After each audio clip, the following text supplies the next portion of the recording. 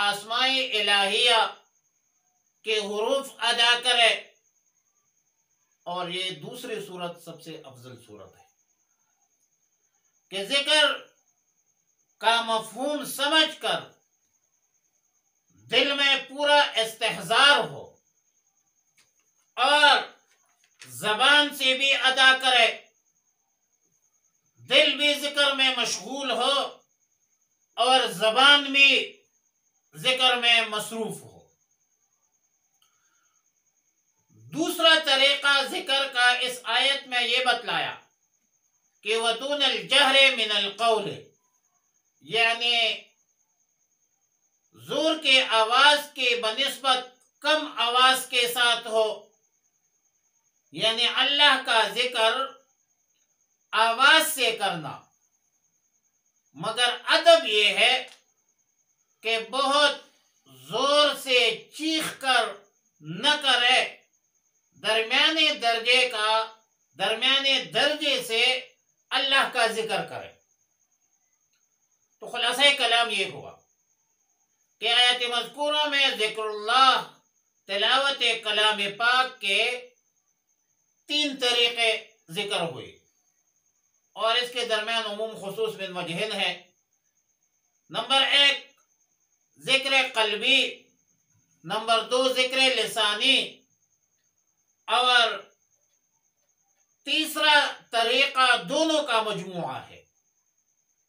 استحضار قلب کے ساتھ زبان کی بھی حرکت ہو اور آواز میں بھی ہو، لیکن آواز زیادہ بلند نہ ہو۔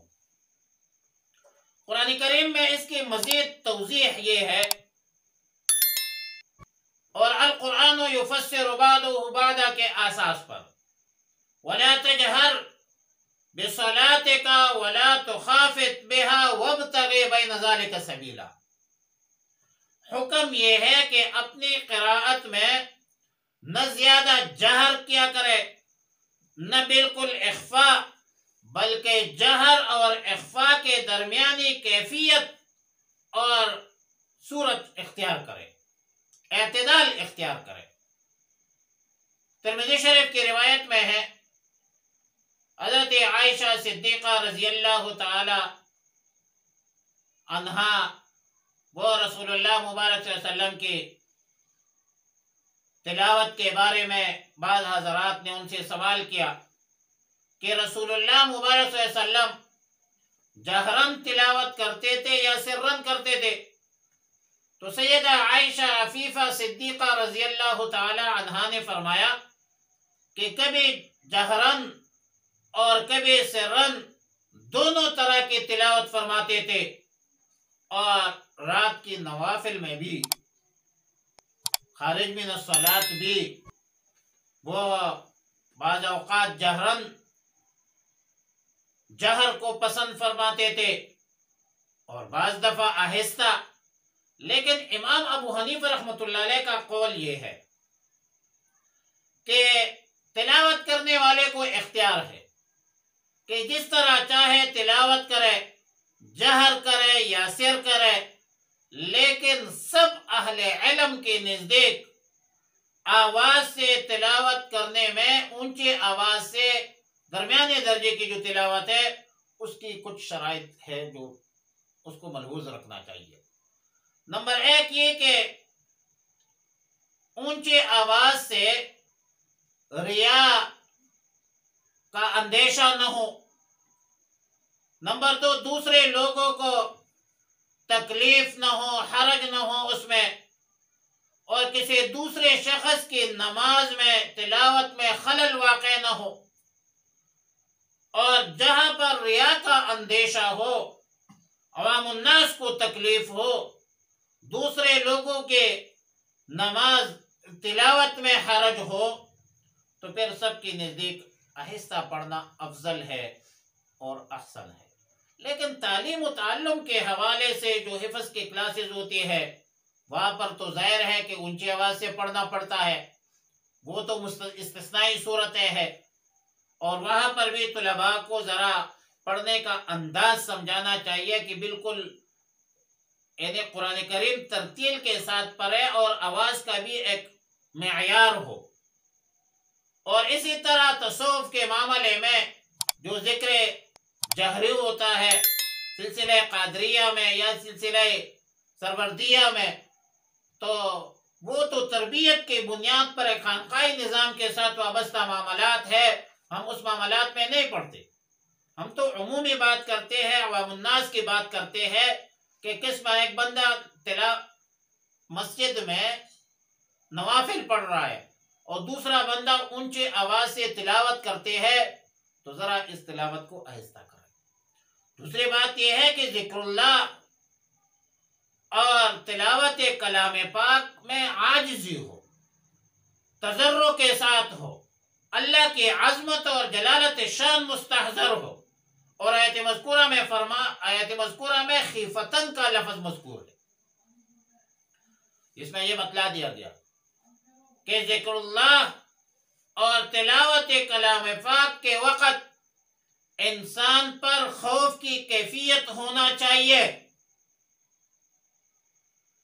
اور اس بات کا خوف ہونا چاہیے کہ ہم اللہ کی عظمت اور عبادت کا حق ادا نہیں کر سکے.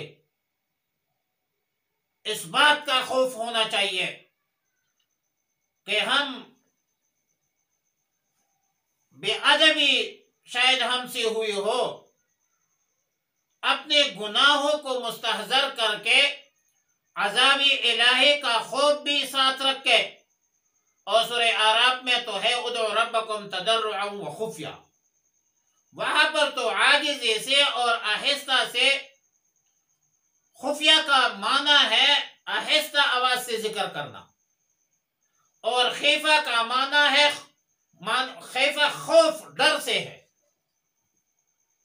تو ادھر خیفتن بھی ہو اور خفیتن بھی ہو، تضرعن بھی ہو، عاجزی ہو، انکساری ہو، اللہ کی خوف بھی ہو، آہستہ بھی ہو، یہ افضل ہے. اور آخر میں فرمایا وَلَا تَكُن مِّنَ الْغَافِلِينَ، یعنی اللہ کے ذکر کو چھوڑ کر غفلت والوں میں شامل نہ ہو، کیونکہ غفلت والے خسارے میں ہوں گے. اب ظاہر ہے کہ جن کے دل اور دماغ میں، زبان میں اللہ کی یاد نہیں ہے تو خسارے میں ہوگا.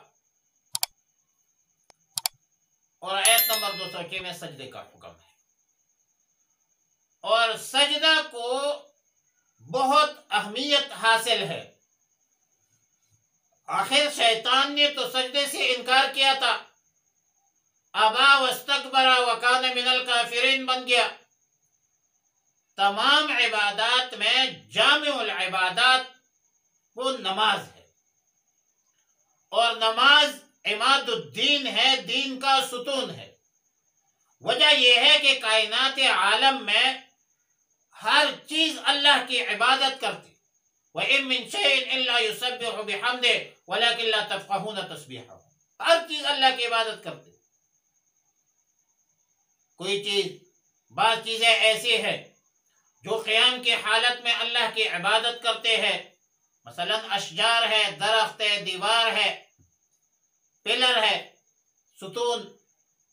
بعض چیزیں ایسی ہیں جو رکوع کی حالت میں اس کے کیفیت اور کنڈیشن ایسے ہے کہ وہ رکوع کی حالت میں اللہ کی عبادت میں ہر وقت مصروف ہوتے ہیں. مثلا حیوانات کو دیکھ لیجئے، بعض چیزیں ایسی ہیں جو سجدہ کی حالت میں اللہ کی عبادت کرتے ہیں. مثلا حشرات الارض کو دیکھ لیجئے، سام کو، بچھو کو وغیرہ کو دیکھ لیجئے. بعض چیزیں ایسی ہیں جو قیدہ کی حالت میں اللہ کی عبادت کرتے ہیں. مثلا پہاڑ کو دیکھ لیجئے، اور چرند پرند جو ہے وہ آواز کی صورت میں، خاص آواز کی صورت میں اللہ کی عبادت میں مصروف رہتے ہیں. نماز میں قیام بھی ہے، نماز میں رکوع بھی ہے، نماز میں قیدہ بھی ہے، نماز میں سجدہ بھی ہے، نماز میں قرات بھی ہے. لیکن نماز کے تمام ارکان میں سجدہ کو بہت بڑی فضیلت حاصل ہے. یہ ایک سجدہ جسے تو گرا سمجھتا ہے،